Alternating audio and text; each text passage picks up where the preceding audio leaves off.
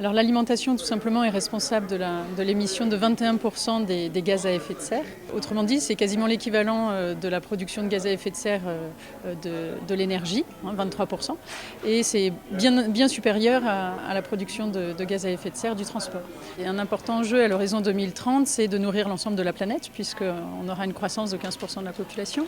Il existe dans l'hémisphère sud un certain nombre de réserves foncières qui vont permettre effectivement d'augmenter les surfaces de l'ordre de 3% à l'horizon 2030. Mais la marge de manœuvre ou la marge de progrès, elle est sur les surfaces, sous réserve, bien sûr, c'est une marge sans déforester. Mais la marge de progression, elle est plutôt sur les techniques agricoles et sur les techniques d'élevage. C'est là qu'on a la plus grande possibilité de transfert et de progression pour limiter aussi les effets de gaz à effet de serre. Ah, c'est possible, complètement possible de nourrir la planète à 2030. Ça supposera aussi quelques qualités diplomatiques et d'équilibre, puisque certaines zones seront dépendantes de la production sur d'autres zones. Il faudra aussi que notre monde soit intelligent, soit performant dans l'innovation, mais soit aussi intelligent dans la capacité à mettre en place ces échanges.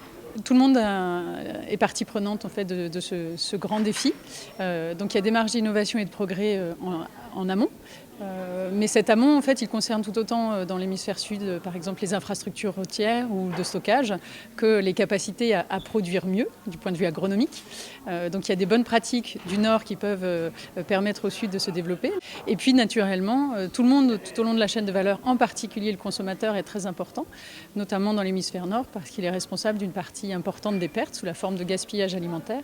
Et que là, c'est un défi très important. Juste un chiffre, 50% de la production mondiale de fruits et légumes est aujourd'hui perdue, gâchée, de l'amont à l'aval. C'est quand même un problème.